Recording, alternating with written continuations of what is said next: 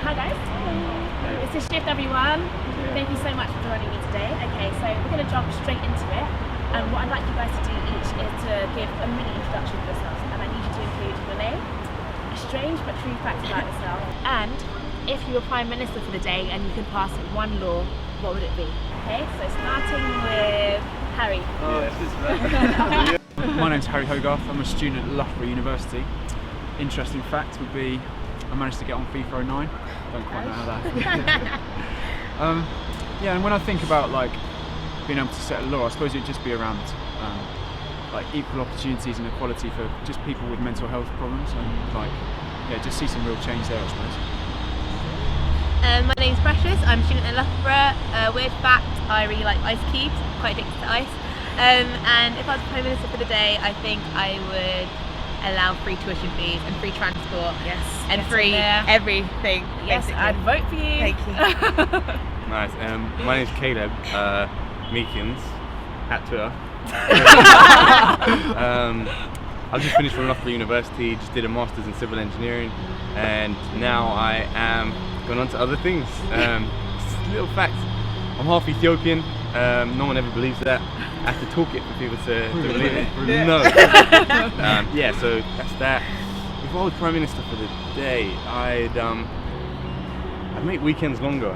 Maybe 3-day weekends. Nothing deep like them two, but I'd do something, 3-day weekends. Yeah, I'd go for that. I guess it would be good to just start with the vision of what Shift is about. So we really want to see a shift in culture, and we see that taking 3 shapes. So me, church, culture is kind of the tagline. So it starts with me, and then us collectively as the church, and when we go out, we influence culture.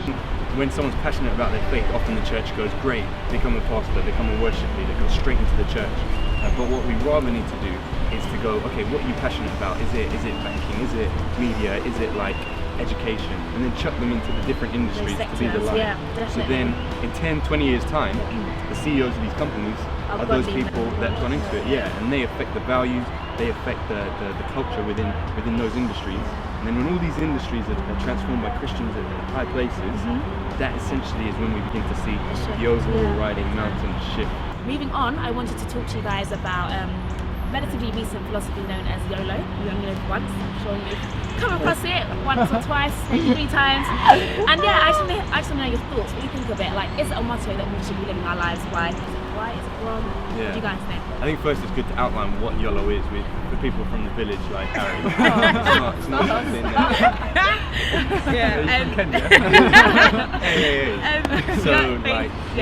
YOLO came out a few months ago by a certain artist, and it basically stands for you only live once, and it's that idea of kind of living life to the fullest, no regrets. And I think in certain situations where you're only there for a particular period of time, so you're at uni for those 3 years, outwork as much as you can in those 3 years, maximize it in the workplace, similar to that. So yeah.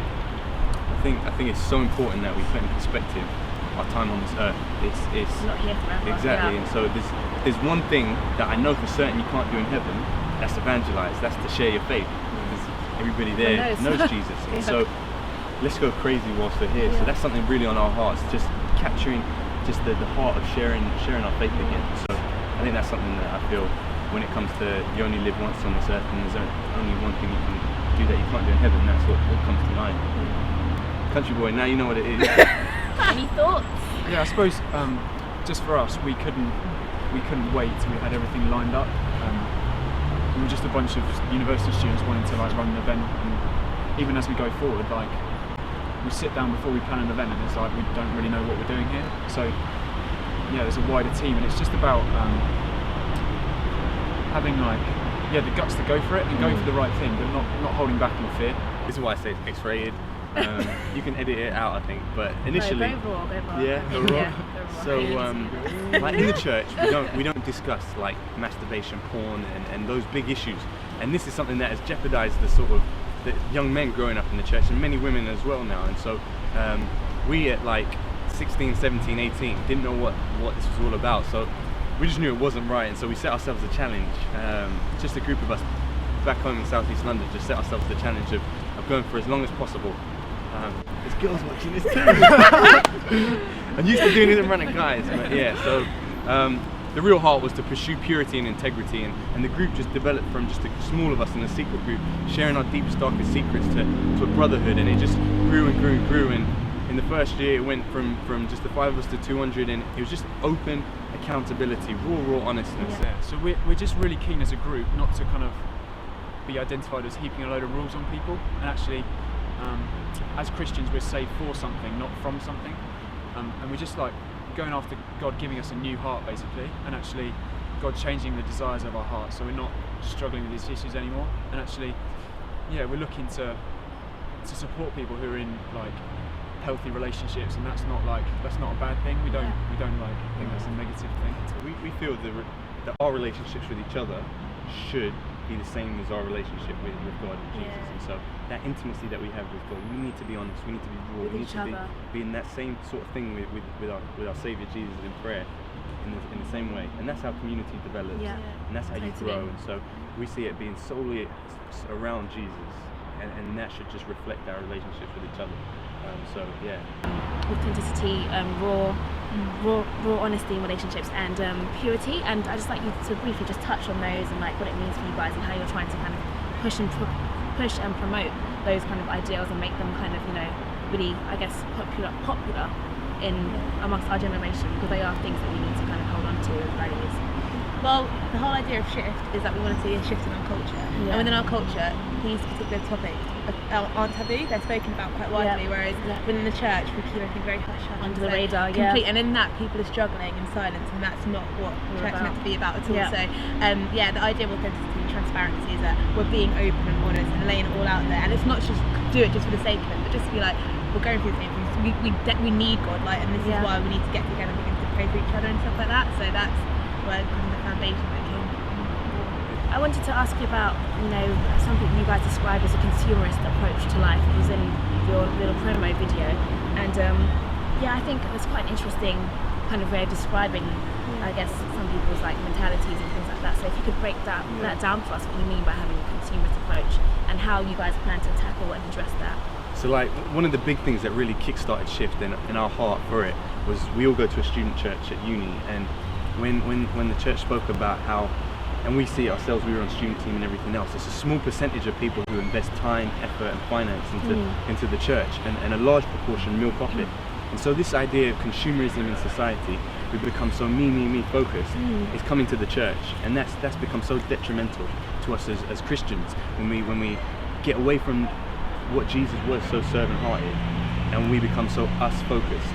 And so that was something that really kick-started that we need to do something for our generation. We need to be doing something for our demographic in the church to point them away from themselves and back to Jesus. And so that was really the heart behind it. Once we understand that, then we can begin looking outwards and do what the church is meant to do. So I'd like to ask you guys about influence as like a theme, as like as a topic, and why you think God gives us influence, and what He expects us to do with the influence that He gives us on a day-to-day basis, like, you know, practically, you know, what we're supposed to do with the influence that God gives us. Yeah, I suppose something I've been looking at is humility, and just what that means. Like, I don't think it means to shy away from what we're good at and the influence that comes our way. So actually stepping out in things that we're good at, things that we're gifted in, and bringing people in and doing that in a way that develops them and grows them. And I think the Bible says, do nothing out of selfish ambition and vain conceit, but in humility consider others better than ourselves. So I think that's what we're about. Yeah, just finally wrapping it up, I wanted to ask you guys how you know God is real. So like, it's just a question that I ask like everyone that I speak to, and just answer it the best way that you know how, in whichever way that you think gets you across.